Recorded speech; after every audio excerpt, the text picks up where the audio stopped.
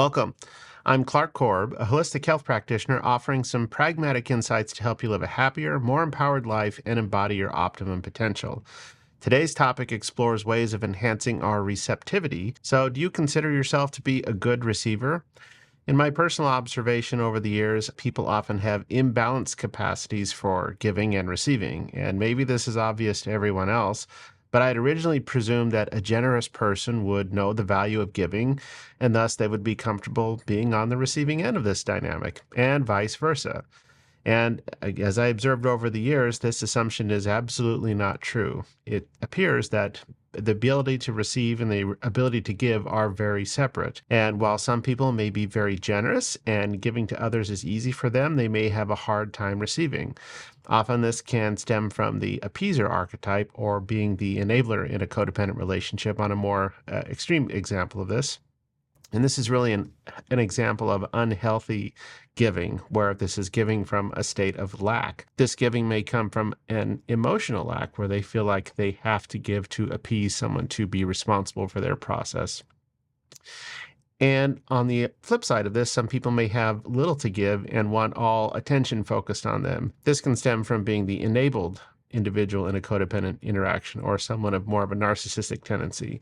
And this is an unhealthy example of receiving, where someone receives from a state of lack as if they never have enough, whatever that is, attention, love, time, money, that sort of thing. So in observing this in individuals over the years, I envisioned a model of having a giving bucket and a receiving bucket that are independent of each other. And it really isn't confined to material giving or receiving, but I'm primarily relating this to emotional capacity. So the ability to give, I often associate being coupled with your ability to be present or to hold space with someone emotionally. And I did a whole video on the gift of being present. If you haven't watched that, I'll put a link in the description so you can do that. And on the flip side of that, the receiving attribute is being vulnerable enough to accept or take in something of value from the outside world. So this, I believe, does require an element of vulnerability to be able to receive. Now, ideally, I think it's fair to say that the optimum state would be being balanced in both healthy giving and healthy receiving, and being able to continually grow our capacities in both aspects over time, just like any other strength or capacity. So since I already covered the giving aspect of this in the form of the gift of being present, we're going to focus on receiving today. So how adept would you rate yourself at receiving? And since there are different forms of receiving, I'm going to go through a few examples here and see some of these might be easy and some of them less easy. See how you rate in that regard.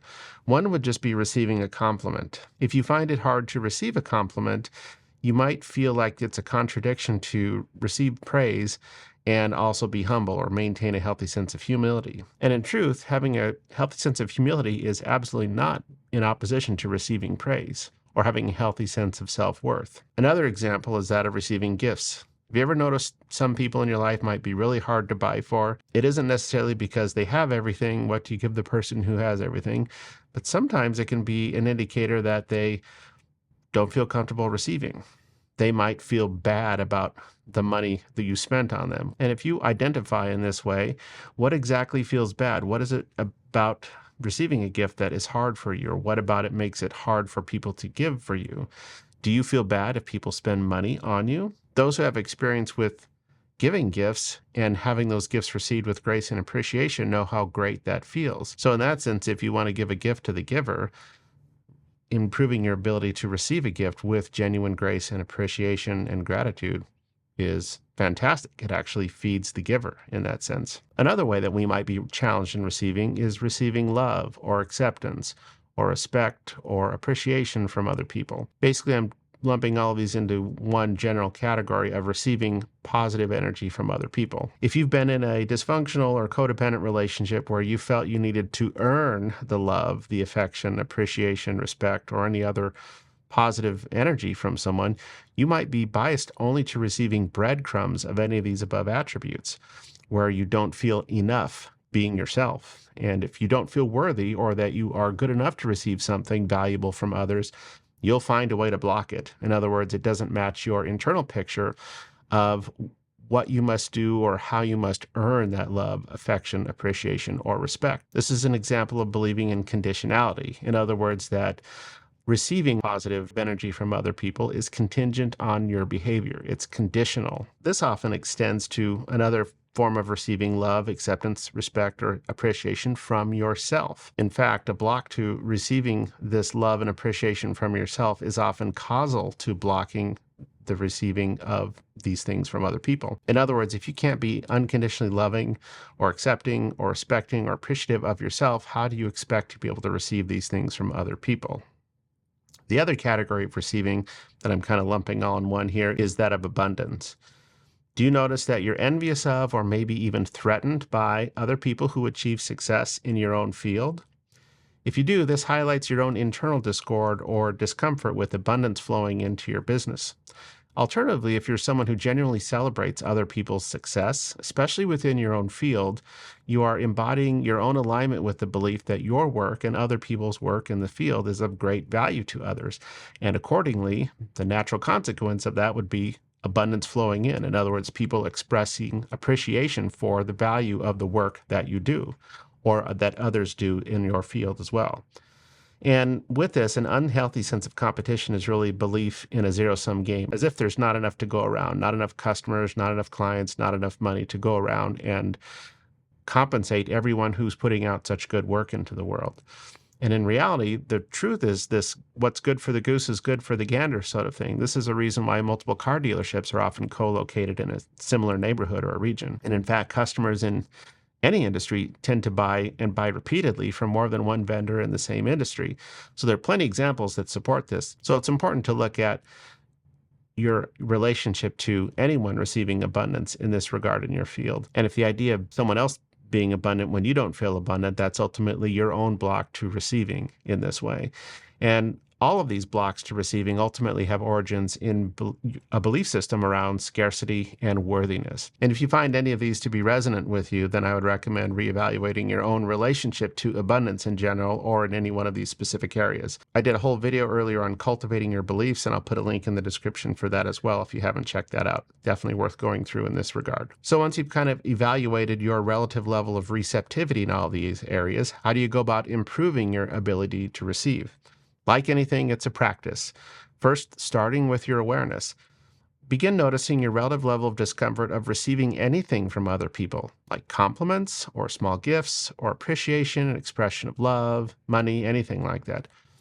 Also notice the quality of your self-talk. Do you speak to yourself with kindness, compassion, love, and acceptance, or something else?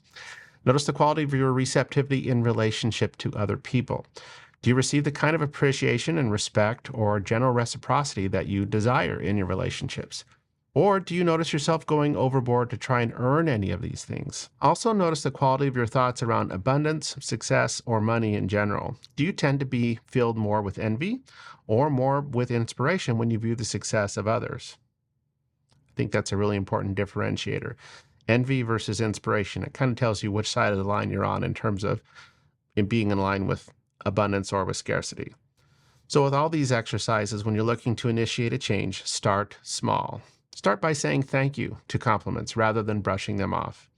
Expressing genuine appreciation for a gift. Allowing your friends to buy you lunch or dinner somewhere when they offer to do so instead of turning it down. Or saying, oh, no, I can't possibly come or attend, or something to that degree where you're opting out of receiving. And with all of these actions, you begin to build capacity in your ability to receive through repetition, just like any other exercise.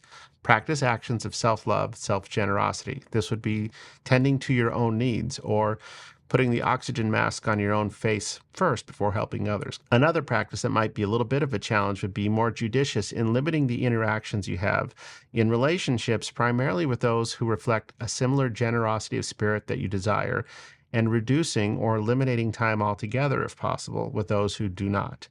This can be a tough one, where you're culling your relationships, being a little bit more mindful and weeding out the time you spend with those who reflect these qualities and spending less time with those who don't. It might feel a little bit painful, like a sense of loss over time, but ultimately it's kind of like weeding your garden. And another practice for enhancing your receptivity is beginning to acknowledge all examples of abundance in your day.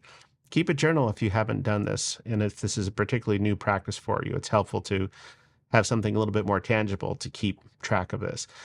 One example might be noticing people who hold the door for you and expressing your appreciation to them for doing so.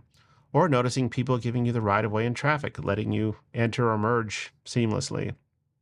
Also, celebrating unexpected or unanticipated wins or growth that you have in your business or in a skill that you're developing or any other value which you receive from your workplace. This is a way of noting all the many ways that you are fed by or that you can receive from your work more than maybe just a paycheck, for example. What areas in life are you most interested in growing your ability to receive? And did any of these examples highlight a resonant area for you, or are there some other areas that you wish to improve your ability to receive? Let me know in the comments below. If you know of anyone who may benefit from what I've shared here, please forward this video to them. And if you found some value in what I've discussed today, please give this video a like and subscribe to the channel if you haven't done so already. It's free, it only takes a moment, and it really helps support the growth of this channel. Thank you for tuning in.